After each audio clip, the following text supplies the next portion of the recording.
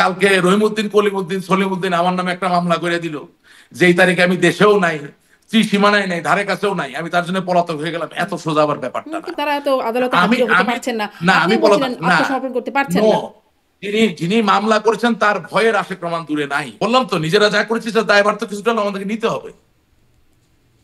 আমরা এমনই তেল মারা শুরু করলাম যে বিচারকের সামনে গিয়ে পলাতকের সংজ্ঞা উল্টা বলা শুরু করে দিলাম। এখন আপনাদের দিকে এই অভিযোগটা, এটা আপনার কেমন না, লাগে? আমি আমি অভিযোগ করি না। আমি কি অভিযোগ করেছি আমি জানি, আমি বলবো আমি কি অভিযোগ বলেন। করেছি। তারেক জিয়া সাহেবের তার বিদেশে আয়ের উৎস কি, এটা ছিল আমার প্রশ্ন। আপনি ভুল করছেন, আপনি শুনে দেখবেন, এটা মিলিয়ন মিলিয়ন ভিউ হয়েছে। কিন্তু আমাদেরই একজন মানে 5 আটা তেলবাজ আইনজীবী আমাদের সরকারকে খুশি করতে গিয়ে অনেক দুদকের মামলা অনেক জায়গায় অযাচিত ভাবে, যিনি পলাতক না তাকে পলাতক বানানোর চেষ্টা করেছেন। সেই তেল মারার কারণে আজকে আপনিও ভুল বুঝতেছেন, এখন আপনি আমাকে পলাতক বলছেন। তারা আপনার থেকে বেশি। অভিযোগ করেছেন, আপনি অভিযোগ করেছেন তারেক রহমানের বিরুদ্ধে তিনি দাগী আসামি, পলাতক আসামি, তিনি লন্ডনে বসে অভিজাত জীবনযাপন করছেন আর দেশে তার নেতাকর্মীদের সহিংসতার দিকে ঠেলে দিচ্ছেন। এখন আপনাদের দিকে এই অভিযোগটা, এটা আপনার কেমন না, লাগে? আমি আমি অভিযোগ করি না। আমি কি অভিযোগ করেছি আমি জানি, আমি বলবো আমি কি অভিযোগ বলেন। করেছি। আচ্ছা, আমার সবচেয়ে সুপরিচিত সমাদৃত যেই কথাটা তারেক জিয়া সম্বন্ধে, সেটা খুব পরিষ্কার। আমি এখনো আবারও বলি, আমি শেখ রবিউল নামে বাংলাদেশ ন্যাশনালিস্ট পার্টি বিএনপির একজন রাজনীতিবিদ, তিনি ধানমন্ডি এলাকায় নির্বাচন করেন এবং কেন্দ্রীয় বিএনপির নেতা। তাকে আমি লাইভ প্রোগ্রামে শুধু জিজ্ঞাসা করেছিলাম যে তারেক জিয়া সাহেবের যুক্তরাজ্যে আয়ের উৎস কি। আমি তাকে বলেছিলাম যে নতুন প্রজন্মের ছেলে মেয়েদের একটা দাবি, তারা জানতে চায় যে তাদের যে নেতা হবে বা তাদের যে হয়তো বা আগামী দিনে প্রধানমন্ত্রী হতে পারে, নাও হতে পারে সেটা জানি না, বাট বড় নেতা হবেন বা দলের অধিকর্তা হবেন, তার বিদেশে আয়ের উৎস কি। এটা ছিল আমার প্রশ্ন।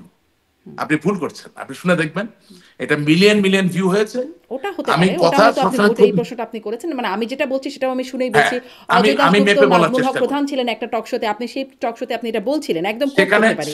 তার সেখানে তারেক রহমান দাগী আসামি, পলাতক আসামি, লন্ডনে বসে অভিজাত জীবনযাপন করছেন, তার নেতাকর্মীদের আচ্ছা সহিংসতার দিকে আচ্ছা ঠেলে দিয়ে। আচ্ছা 2 নম্বর কথা হচ্ছে, বলছি, সেখানে শেখ রবিউল ভাই একটা ভুল করেছিলেন। তিনি বলেছিলেন ওনার টাকা বাংলাদেশ থেকে যায়। ওনার বাবা সামরিক সাবেক সেনা কর্মকর্তা ছিলেন, রাষ্ট্রপতি ছিলেন, মা প্রধানমন্ত্রী ছিলেন, পেনশনের টাকা পান, হ্যাঁ।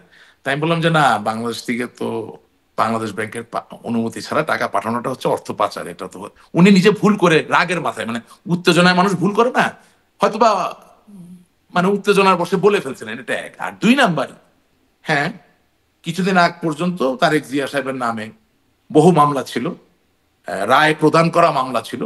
সেই জায়গা থেকে নাজমুল হক প্রধান সাহেবের সাথে সময় টিভিতে আমার যে অনুষ্ঠান, সেখানে আমি কথা বলেছি, but what ever I said it was based on fact. আমি ফিকশন বেসড কোনো কথা বলি না। এখন আসলে সেই ফ্যাক্ট বেসডই বলা হচ্ছে, আপনাদের নামে মামলা আছে এবং আপনারাও পলাতক, এখন আপনাদের বিরুদ্ধে একই রকম অভিযোগ, না মানে আমি আসলে। না, আপনার কথা ভুল। আমরা পলাতক নই, ইউ আর রং। আপনার নামে আমি কালকে মামলা করলে আপনি পলাতক হবেন না, ইউ আর টোটালি রং। আইনের বইয়ে রেফিউজি একটা পূর্ণাঙ্গ সংজ্ঞা দেওয়া আছে। সংজ্ঞাটা হচ্ছে যে যখন কোর্ট আপনাকে সামন করবে, আপনি যদি সেই সামন অনুযায়ী সমর্পণ না করতে পারেন, তখন থেকে আপনি ফিউজিটিভ হবেন। নট রেফিউজি, ভুল বলছি, ফিউজিটিভ। তখন থেকে আপনি, যে শব্দটা আপনি বাংলায় কি বললেন, পলাতক। পলাতক হবেন। আমি পলাতক নই। আমার নামে, আপনার নামে, আমার নামে, যে কোনো নামে একজন মামলা করতে পারে। মামলার অভিযোগ দায়ের করা এক জিনিস, চার্জ গঠন আরেক জিনিস। সুতরাং কালকে রহিমউদ্দিন, কলিমউদ্দিন, সলিমউদ্দিন আমার নামে একটা মামলা করে দিল, যেই তারিখে আমি দেশেও নাই, সীমানায় নাই, ধারে কাছেও নাই, আমি তার জন্য পলাতক হয়ে গেলাম। এত সোজা আবার ব্যাপারটা না। কিন্তু আপনারা তো আদালতে আমি হাজির হতে আমি পারছেন না, না, আমি আপনিও পলাতক বলছিলেন না। আত্মসমর্পণ করতে পারছেন নো, না। যিনি মামলা করেছেন তার ভয়ের আশে প্রমাণ দূরে নাই। যিনি মামলা করেন তার ভয় না, আমি তাদের ভয়ে, যারা বিনা বিচারে আক্রমণ করেন আদালতে। Is a difference. As a journalist, as a গণমাধ্যম কর্মী, you have to be able to protect me. What I'm trying to tell you. যিনি আমার নামে মামলা করছেন তাকে আমি ভয় পাচ্ছি না, তিনি মামলা করতে পারেন, না, এটা তার সেটাই নাগরিক স্পষ্ট। অধিকার। আপনার এই ব্যাখ্যার সাথে আমার খুব দ্বিমত করার জায়গা নেই। আমরা দেখতে না, পাচ্ছি যে আওয়ামী লীগের নেতাকর্মীরা আদালতে যাওয়ার সময় কিভাবে হেনস্থা হচ্ছেন বা জামিন হ্যাঁ, পেলেও মারধরের শিকার হচ্ছেন।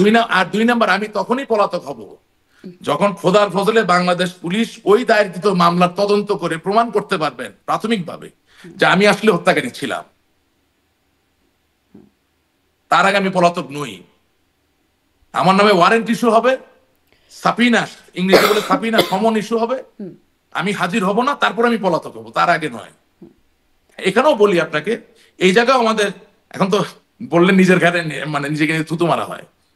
এই যে পলাতকের যে সংজ্ঞা, সুপ্রিম কোর্ট হাইকোর্টের ভাষায় তো পরিবর্তিত হয় নাই, আইনের ভাষায় পরিবর্তিত হয়নি, কিন্তু আমাদেরই একজন মানে 5 আটা তেলবাজ আইনজীবী আমাদের সরকারকে খুশি করতে গিয়ে অনেক দুদকের মামলা অনেক জায়গায় অযাচিত ভাবে যিনি পলাতক না তাকে পলাতক বানানোর চেষ্টা করেছেন।